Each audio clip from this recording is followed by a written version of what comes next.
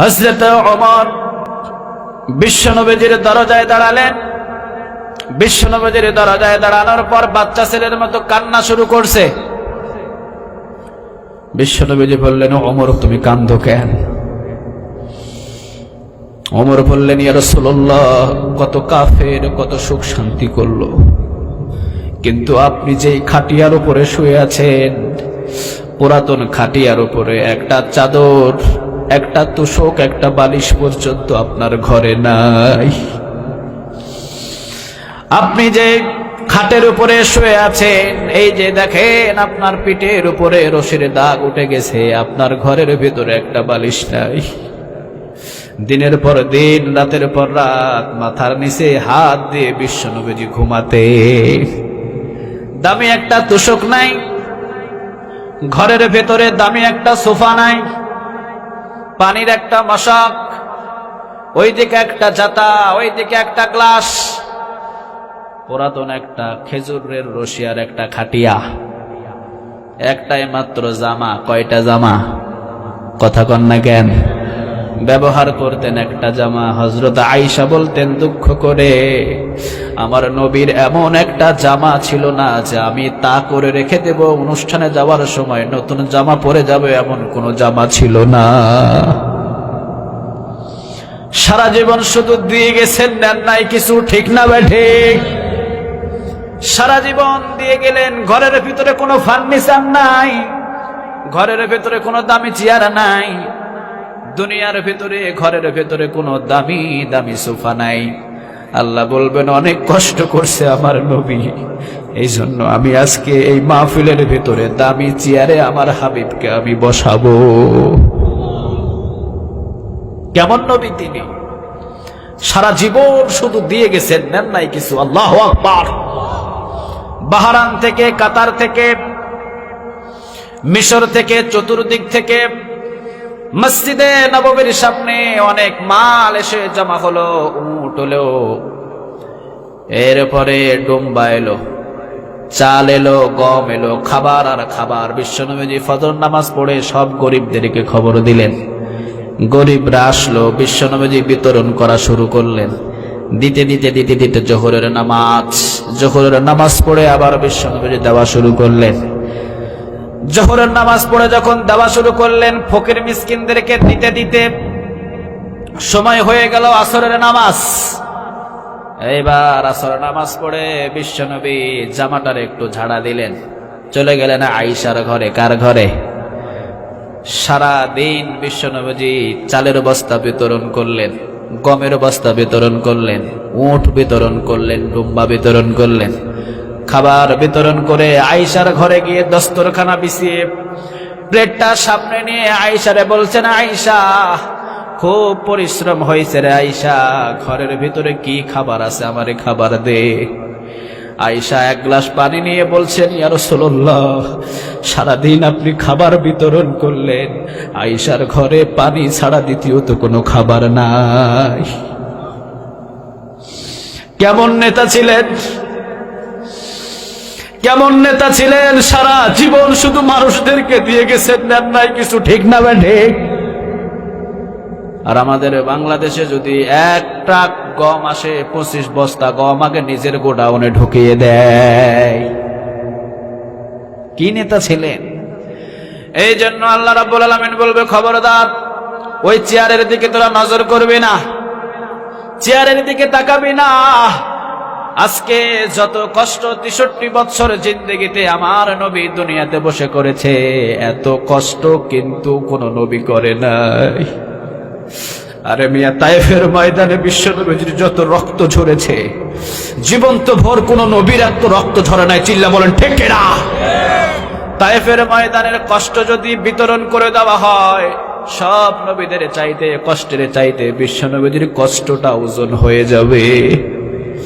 আল্লাহ সেই দিন সম্মান দিবে, বলবে, খবরদার, আমার নবীর চেহারার দিকে তাকাতেও পারবে না, আমার নবীর চেয়ারের দিকে বসতেও পারবে না, তাকাতেও পারবে না। সম্মান দিয়েছে আমি আল্লাহ, এই সম্মান কিয়ামতের ময়দানে দান করবেন কে?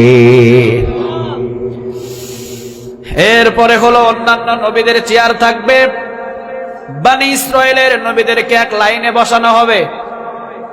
বনি ইসরায়েলের সমস্ত নবীরা চেয়ারের উপরে বসবে, তবে তাদের চেয়ারও হবে সুন্দর, স্মরণের চেয়ার, মাঝে মাঝে কিছু চেয়ার খালি থাকবে। সুবহানাল্লাহ বলে। বনি ইসরায়েলের মুসা আলাইহিস সালাম অনস্ত নবীগুলো সেই চেয়ারগুলোতে বসে থাকবে। হযরত ওমরও গিয়ে চেয়ারে বসতে চাইবে। বনি ইসরায়েলের একজন নবী বলবে, ওমর তুমি তো নবী নয়, নবীদের চেয়ারে বসতে আইছো কেন?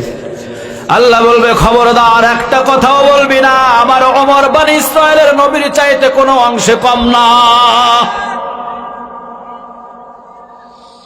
বিশ্ব নবীজি বলতেন, লাউ কানা নাবিয়্যুম মিন বা'দি লা কানা ওমর,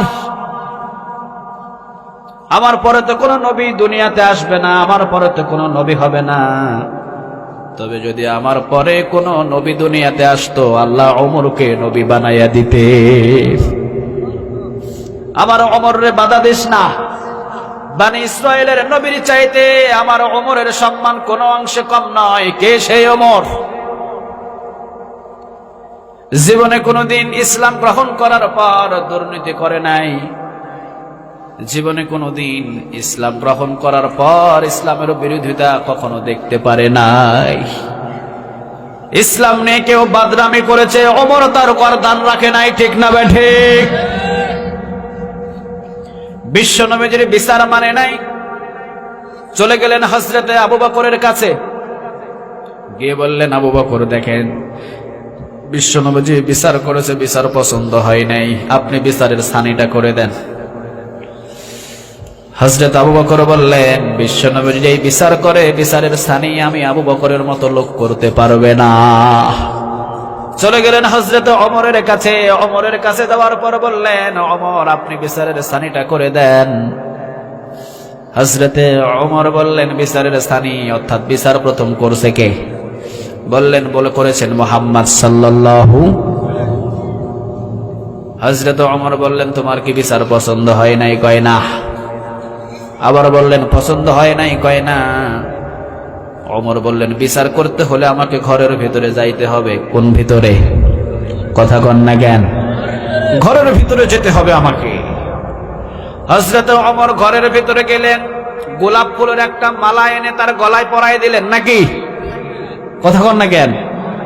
হযরত ওমর ঘরের ভিতরে যে এনেছে একটা তরবারি আনলেন, আনার পর বললেন, বিশ্ব নবীজির বিচারে যে মানে না, সাহাবী হলেও তুই কিন্তু এখন সাহাবী নাই, তুই হলো মুনাফিক, তোর গর্দান আমি রাখবো না। তরবারি মারলেন, গর্দান ছিটকে পড়ে গেল, ছিটকে পড়ে গেল। বিশ্ব নবীজির বিচার যে মানে নাই, হযরত ওমর তাকে জীবিত থাকতে দেয় নাই। চিল্লাবেন আল্লাহু আকবার। আজকে পৃথিবীর ভিতরে ইউনিভার্সিটি হলো, ৮,০০০ মাদ্রাসা হলো, মিশরের ভিতরে আজহারি মাদ্রাসা হলো, কত ধরনের প্রতিষ্ঠান হলো, কিন্তু আজ পর্যন্ত তো কেউ ওমর একটা বানাতে পারলো না। পারছে? পারছে? তবে পৃথিবীর ভিতরে ওমরের শাসন এখন খুব দরকার। চিল্লা বলেন ঠিক না? কে সেই ওমর? বনি ইসরায়েলের নবীদের পাশে বসবে। তিনি এমন ওমর, মদিনার ভিতরে ঘুমাতেন, কিন্তু রাতের বেলা কে কোন সময় কখন কোন স্বপ্ন দেখতো, ওমরের কাছে খবর চলে আসতো। এমন ওমর ছিলেন তিনি। হযরত আলী স্বপ্নে দেখলেন বিশ্বনবী একটা হাদিয়া দিলেন, একটা খেজুর। কয়টা? একটা খেজুর হযরত আলীর বিশ্বনবী হাদিয়া দিলেন স্বপ্নের ভিতরে। হযরত আলী ফজর নামাজ পড়ার জন্য যখন চোখ খুললেন, বিশ্বনবীর স্বপ্নের খেজুর দেওয়ার আঠি হযরত আলীর মুখের ভিতরে ছিল। সুবহানাল্লাহ। বাড়িতে গিয়ে বললেন, চলে গেলেন হযরত আলী নামাজ পড়ার জন্য। ফজর নামাজ পড়লেন, মহিলা এসে বললেন, হযরত আলী, ও ওমর, ধরেন আমার গাছের নতুন খেজুর, এক বাটি খেজুরে দিলাম, সব মুসল্লিদেরকে বন্টন করে দেন। হযরত ওমর সবাইকে দেওয়া শুরু করলেন, হযরত আলীরে দিলেন একটা। হুজুরে বলেন কয়টা? কথা কন না কেন? হযরত আলীরে একটা দিলেন। হযরত আলী লক্ষ্য করলেন ওই যে ঝুড়ির ভিতরে অনেক খেজুর। আলী বললেন, ওমর, আমারে কি আরেকটা খেজুর দেওয়া যায় না? ওমর বললেন, আলী, রাতের বেলা বিশ্বনবী তো তোমারে একটা খেজুর দিয়েছিল, আমি ওমর তোমারে একটা দিলাম। কে কিভাবে স্বপ্ন দেখতো হযরত ওমর টের পাইতো? সুবহানাল্লাহ বলেন। হযরত ওমর মদিনার ভিতরে নামাজরত অবস্থায় খুতবা দিচ্ছেন। খুতবা দিতে দিতেই হঠাৎ করে বললেন, সারিয়া, তোমার পিছনে কিন্তু অনেক শত্রু আছে, সাবধান হয়ে যাও। সারিয়া, সাবধান হয়ে যাও। সারিয়াকে সাবধান করলেন সবাই।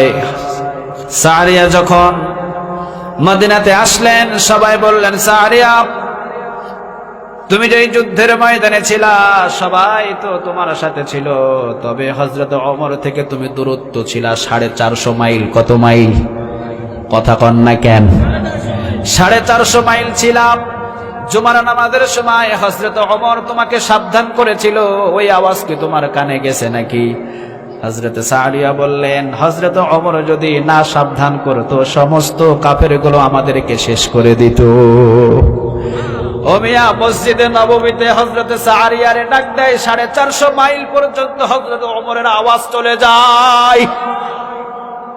কেমন সাহাবী তিনি! জীবনে কোনোদিন দুর্নীতি করে নাই। বন্ধু আসলো হযরত ওমরের ঘরের ভিতরে, কামরার ভিতরে। হযরত ওমর রাষ্ট্র লেখালেখি করছে, সমস্ত রাষ্ট্রপ্রধানগুলো লেখালেখির কাজ আছে না নাই? কথা কন না কেন? রাষ্ট্র কাজ করছেন তিনি। চেরাগ একটা জ্বালানো ছিল হযরত ওমরের সামনে। বন্ধু এসে বলছেন, হযরত ওমর, আপনার সাথে আমার কিছু কথা আছে।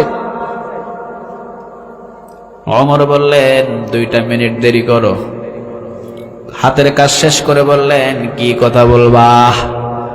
হযরত ওমর বললেন, হযরতে আলী বললেন, বন্ধুটা ছিলেন হযরত আলী। কেউ কেউ বলেছেন হযরত আলী, কেউ বলেছেন অন্য সাহাবী। হযরত ওমরের বন্ধু বললেন, ওমর, আমার ব্যক্তিগত কিছু কথা বলার জন্য আমি আপনার কাছে এসেছি। ব্যক্তিগত ফ্যামিলিগত কিছু কথা আমি আপনার সামনে শেয়ার করতে চাই। হযরত ওমরের সামনে যে চেরাগ ছিল, বাতি ছিল, ফুট করে ফু দিয়ে বাতিটারে নিভাইয়া দিলে। বন্ধু বলল, ওমর, আপনার ঘরে এসেছি, ইচ্ছা করলে আরেকটা বাতি আপনি জ্বালিয়ে দিতে পারতেন, ইচ্ছা করলে 2-3টা বাতি জ্বালাতে পারতেন, ঠিক কিনা? এই জায়গার ভিতরে যদি সব বাতি বন্ধ করে দেওয়া হয়, যদি বলে বাতি বন্ধ হবে, ওয়াজ করেন, আপনারা এটা মানবেন? কথা কন না কেন? মানবেন? আপনার মেয়ের বাড়িতে গেলেন, এনার্জি বাতি একটা জ্বলে, আপনি ঘরের ভিতরে বসার সাথে সাথে বাতিটা বন্ধ করে দিছে, মনে কষ্ট আসবে কি আসবে না? কথা কন না কেন? বন্ধু বললেন, ওমর, ইচ্ছা করলে আপনি আরেকটা বাতি জ্বালাতে পারতেন, আমারে দেখে কেন আপনি বাতি বন্ধ করলেন? ওমর বললেন, দুস্থ মানুষ তুমি, বন্ধু মানুষ তুমি, এতক্ষণ আমি রাষ্ট্রীয় কাজ করছিলাম।